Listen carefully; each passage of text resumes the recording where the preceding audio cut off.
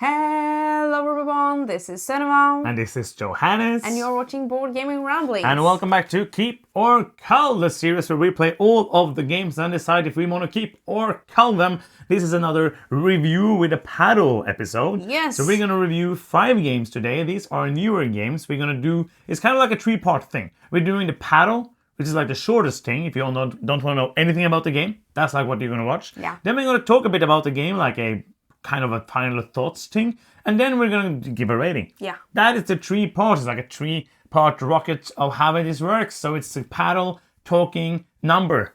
Yeah, Yes. That's a fantastic 3-part rocket. Are you ready? Yes. We have 5 games today. Spoiler alert, they're not horrible. We're going to start looking at the game over on your side. What can it be? First game is a message from the stars. It is. Should you give like a brief description before we do the paddle, or I should we could, just but that's going to be a 4-part rocket, but I can do it. Okay, let's make it a 4-part rocket. It's a team deduction game. This is a co-op game. You can play it if you're a bigger group. You can play it in 2 teams. You're going to be 1 player or 2 if there's a team. You understand it now. Going to be an alien. The other people are going to be scientists, and you're going to try to decipher the hidden alien language and also try to tell them specific words without saying the words. It's kind of convoluted and hard to understand before you play it, so I'm not going to try to explain it. This one gives me the crypto vibes in that way, where I read the rules and I have no idea what was going on. I watched a video explaining the rules, I had no idea what was going on, and then we played the game and I understood it. So now we're going to do the paddle. Yes. Are you ready? 1, 2, 3,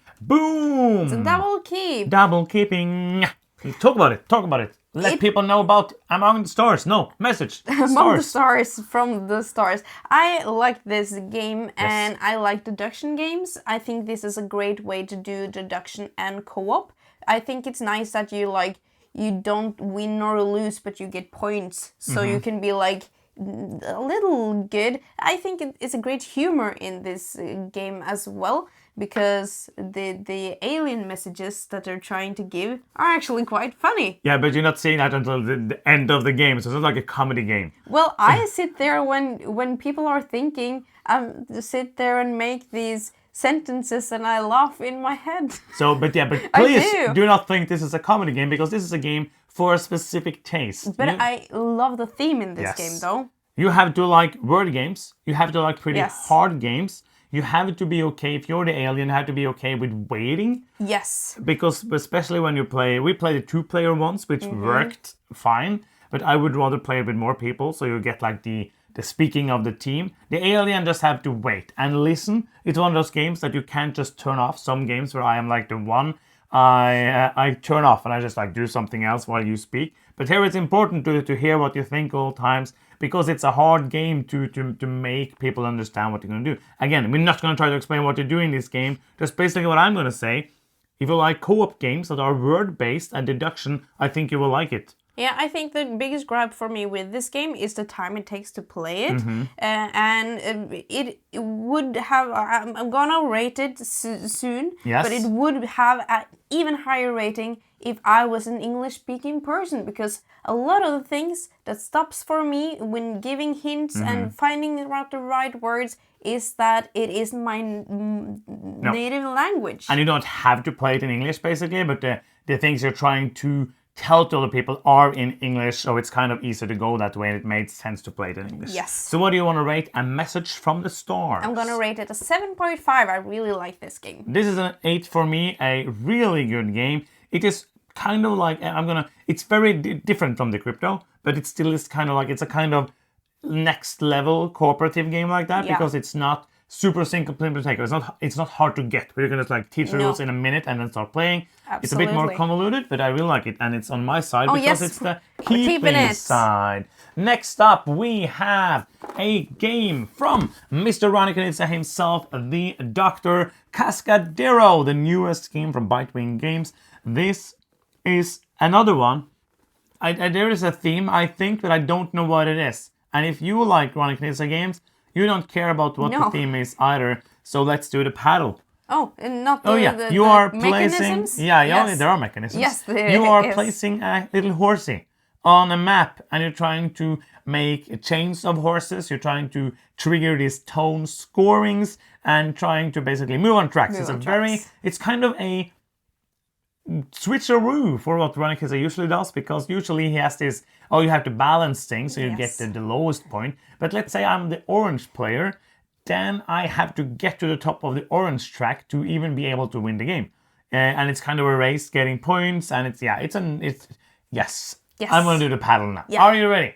1, 2, 3, boom! It's a double keep, this one as well. Fantastic game. I think it's really good. The first time I played it, I didn't like it that much. Nope. And then we played it more, and I kind of saw new layers to how to put out the horses. The horses. And then we played it with more than 2, because we played it just the 2 of us first. And I was just like, okay, now it's even stricter with the map, and the things that were very easy to achieve in the 2-player game suddenly became really hard. And I think it's really interesting the timing on when you move on the tracks, because getting the bonuses can be very powerful.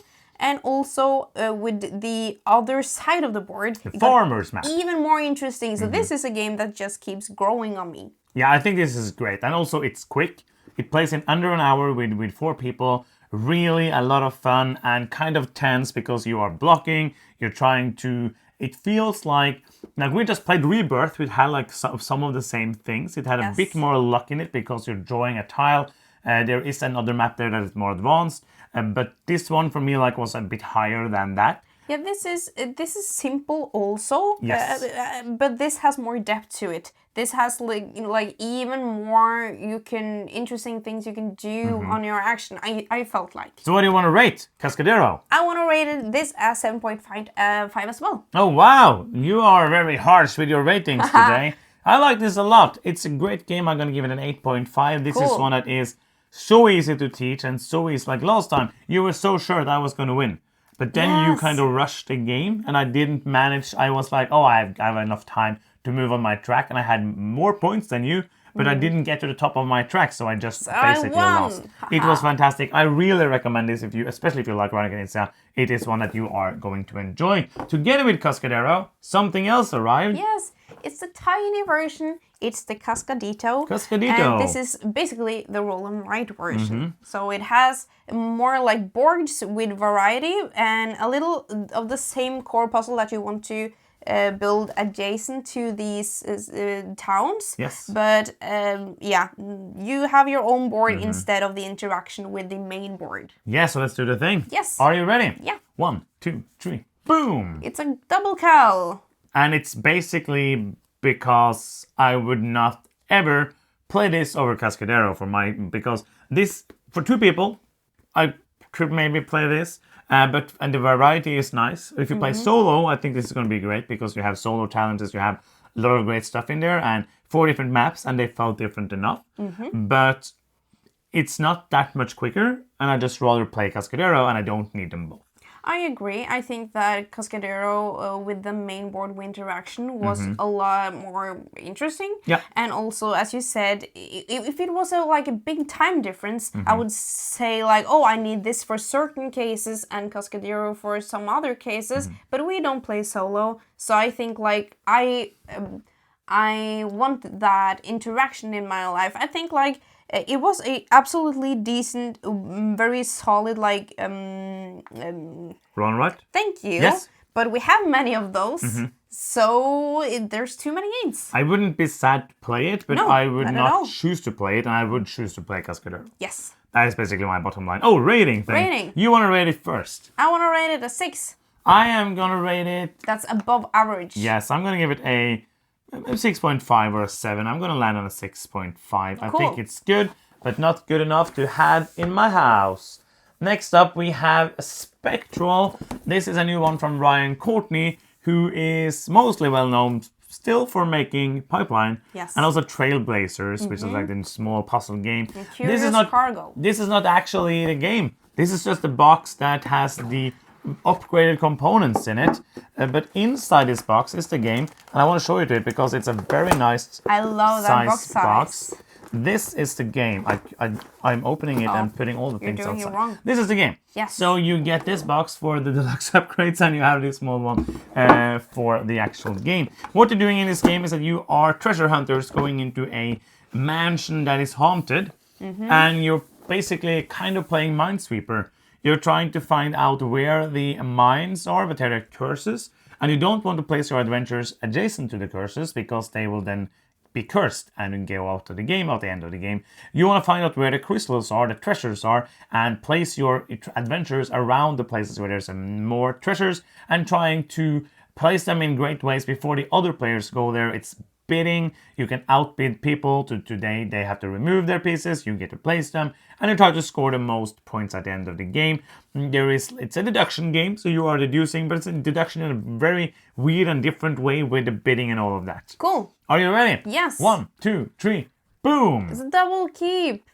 Deduction is fun. It's really fun, and this I felt like had freshness to it in the deduction genre.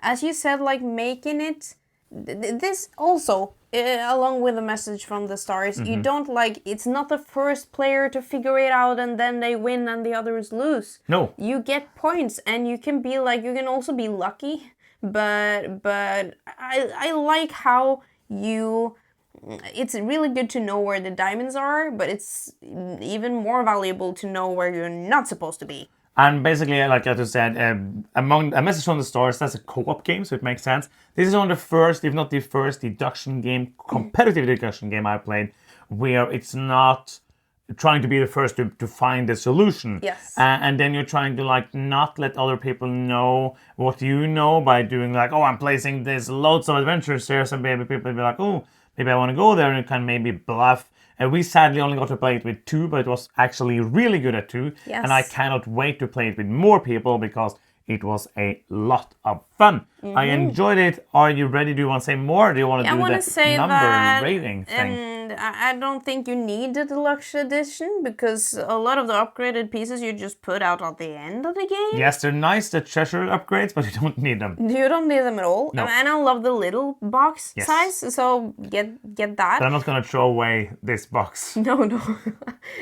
Cull half of it. Yes. But yeah, I'm ready for the Yes. paddle. We've done the paddle. I think so. It's a rating. Yes. Did we do the paddle? Yes, I Yes, did. I think so. I'm gonna rate it 7 right now, but I think when we play with more players, this will rise. Suno today doesn't like any games. But I do.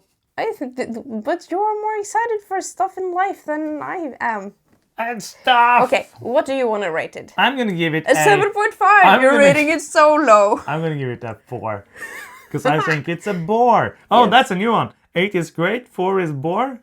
Oh, yeah. 5 is 5. It's being alive. Yes. I'm going to give it... What did you give it? 7. 7. So I'm going to give it a 7.5 as a Woohoo. 2-player game. But I really liked it. And I cannot wait to play with more people. I think we have one more game. Yes, we the do. biggest game of them all. Not This- at the mall, but of today's video. Terminus. Terminus. This is the only one that is a review copy. We actually also backed it, so we kind of have a review copy, but we also backed it. Yes. This is a game about building a metro around the city and developing the city, trying to score points in sneaky ways. It's a one-way street. It's kind of tight. It's kind of hard to get the things you need. And we have only played it with 2. Yes. We wanted to play with more before we talked about it, but sometimes it just doesn't work out. We do our best that we can to play games with multiple player counts, but not all the time is it possible to do so because Of life. Because of life. Not Life of Brian. That's a movie. Have you seen that one? Yes. It's good. And I love that you needed to specify that. Yes. Please let us know in the Yes. comments if you like Life of Brian or what is your favorite Monty Python film because they're amazing. The Are you- pigeons. Yes. What? Are you ready for Yeah. the paddle? Yeah. 1, 2, 3, boom! It's a call from me. Dun, dun, It's a keep from you. Yes, for a few reasons. Yes. Reason 1, it was fun. That's a good reason. 2, I have a shoe. Reason 3, No, you have to come up with real reasons, not rhymes. Reason 3, oh no, a bee. Reason 4, there's the door. Reason Okay, 5, I'm leaving. I'm alive. Reason 6, Okay, I'm gonna come up with reasons that I don't want to keep. I'm gonna actually... Okay, Okay. You can do your things first, if they're not rhyming, because I did that. That was the best part of the video. Okay, try People are to- gonna be like, wow, that was some great... It's kind of... I'm almost as good at like freestyling as Harry Mack. If you haven't seen Harry Mack, I think Can you you should. please He's just amazing. talk about the game now? Oh, Terminus, that's the one we're talking about. I think it is really fun. I enjoyed it with 2, but I'm keeping it mostly because I want to play it with more. Because I think that it's going to be super cool with more than 2 people. Because there's going to be so much more interaction on the board, so much more interaction on the timing of getting stuff around the one-way street. It's not like the tightest one-way street, like it's a super breeze walk in the park compared it to Lignum, but it is still like that interaction and that timing is very important. There is an automat that we played with 2 people that worked fine, but I enjoyed my time playing it, but mostly I'm keeping it so we get to play it a bit more. Yeah, I think the one-way street in this game is very different from other one-way streets that I've played before, because in this game you have like 3 times you go around it. And in each round. Yeah. And there are 3 rounds. So how many times is that? So that's 9. Yes. So you're going to... I didn't at any point feel like, oh, I have to get there before. Okay, maybe like sometimes. But usually I was just like, my main problem is having money. That is the main problem of this game. Because you need to buy resources and you need to have resources at the right time in the rondel, and you don't have unlimited space for it. So that was really interesting, and when to build and where to build. And this is a game that kind of makes me feel stupid because I feel like there's some of this final scoring and it's still just like a utopia to me or something. Like it feels unachievable the way I'm playing now. So I'm not good at this game. I'm happy about keeping it because I want to play it more. But this is a game that like I like it, but it very fast. Like I wouldn't miss it in my life. That's essentially it. I agree with you, but I would like to play with more people before we get rid of it. Cool. I am gonna say we can cull it. Yeah. Because we have another copy. Haha! Okay, everyone wins. Yay! I'm going to rate this a 6.5. I'm gonna give it a 7 because that's 0.5 more than me. 7, close to heaven. That's a rhyme. Right there. Okay, so we're keeping it. So those are the 5 games. We got rid of the smallest one. Cascadito. Yes, that's the one. With the cutest name. These are the ones that we kept. We don't usually do the best and worst for this because we are already rated them, so you kind of know. Yeah. But these are 5 more games that we have reviewed because you watched it. If you enjoyed watching it and listening to us and listening to my great freestyle, then you can help us out in a very big way by giving us a victory point. And we get victory points when you click that subscribe button. You can also click the bell to get notifications every time we post a new video. Yes, to like this one. And before we go, remember that we are going to be at Gen Con. We're going to do videos for that. We're going to do vlogs every day. And if you see us there, if you're coming, please come and say hi to us. Do the secret sign, and we cannot wait to see you there. Yes. And that's going to be the end of this video. Thank you so much for watching. I'm Johannes. I'm Cinema. And you've been watching Board Gaming Ramblings, and bye-bye.